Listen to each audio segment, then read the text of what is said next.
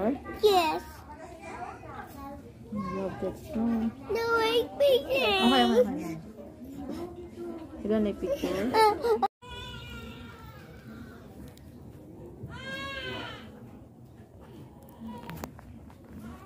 Is it hard? Don't.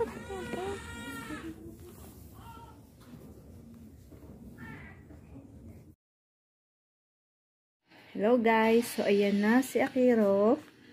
Magaling na siya. Hello, thank you na ulit ang baby.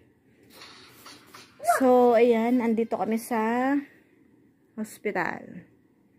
Dahil 1 week nang nilalagnat si Akiro na umaabot ng 40. Every night, tumataas ng 40 ang kanyang lagnat. At ang findings ay hindi pa sure kung pneumonia or bronchitis. Pero, ayan, okay na siya. Nakatatlong araw pa lang. So, ito yung oxygen.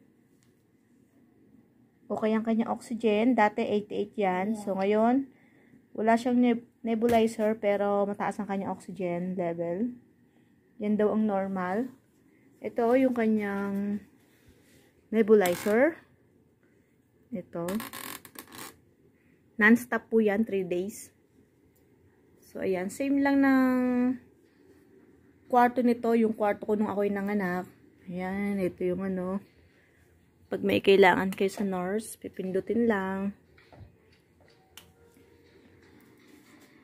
Tapos, pag iihi siya, ayan, tatanggalin niya yan. Dadalhin niya yung dextrose. Ayan, tulad niya, bumababa siya. So, dapat 95 pataas.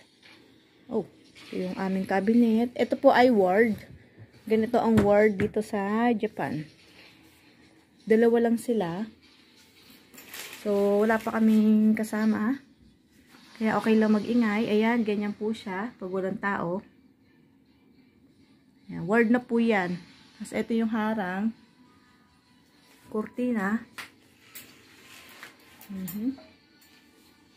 Ayan, ganyan kaganda ang public hospital ng Japan. Ayan. Ayan yung lababo. Pero yung CR, malayo dito. Pero maganda din yung CR. Ayan ang kanyang lababo, malinis. Ito yung panghigop ng sipon. Pinapasok sa ilong.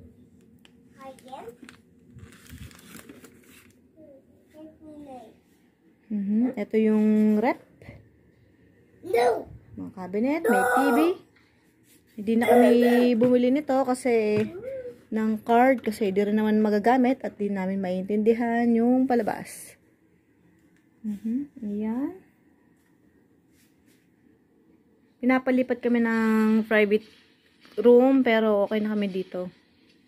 Kasi dalawa lang naman sila at wala pa siyang kasama. Kaya hindi na masama kung sa ward. Kung ganito naman kaayos. Siyempre, itong bed na to, na itataas yan hanggang dito. Level yan, level.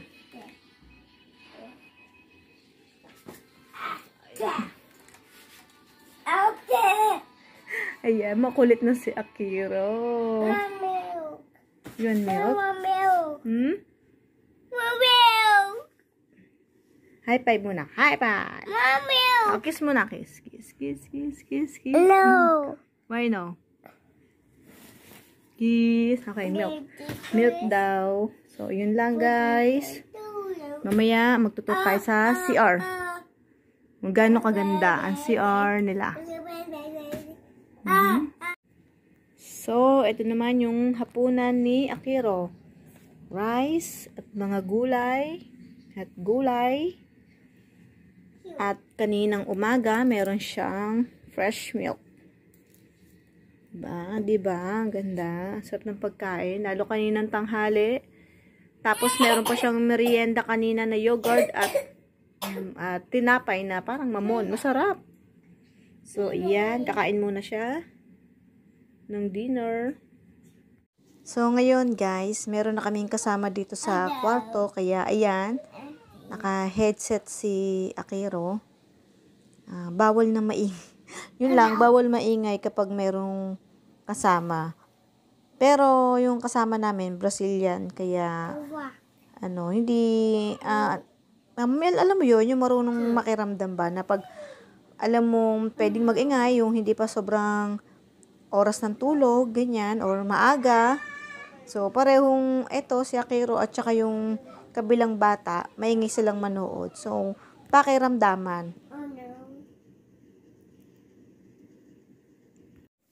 Ito naman po ang CR dito sa public hospital.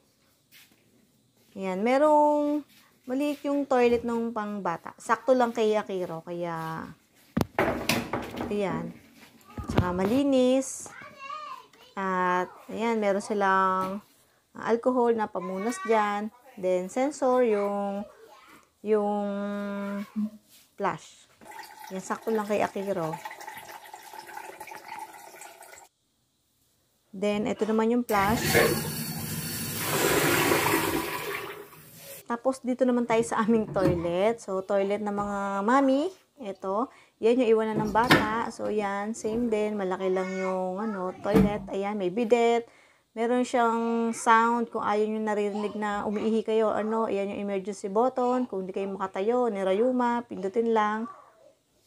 Ayan siya. O, diba? Parang hindi public hospital. At saka yung shower room, hindi ko na rin naipakita. May shower room siya shower room. Nabubulol na ako. Meron siyang shower room para sa mga bata at saka meron din para sa mga mami. May laundry area. Ayan, kompleto po dito. So, yun lang. Thank you po.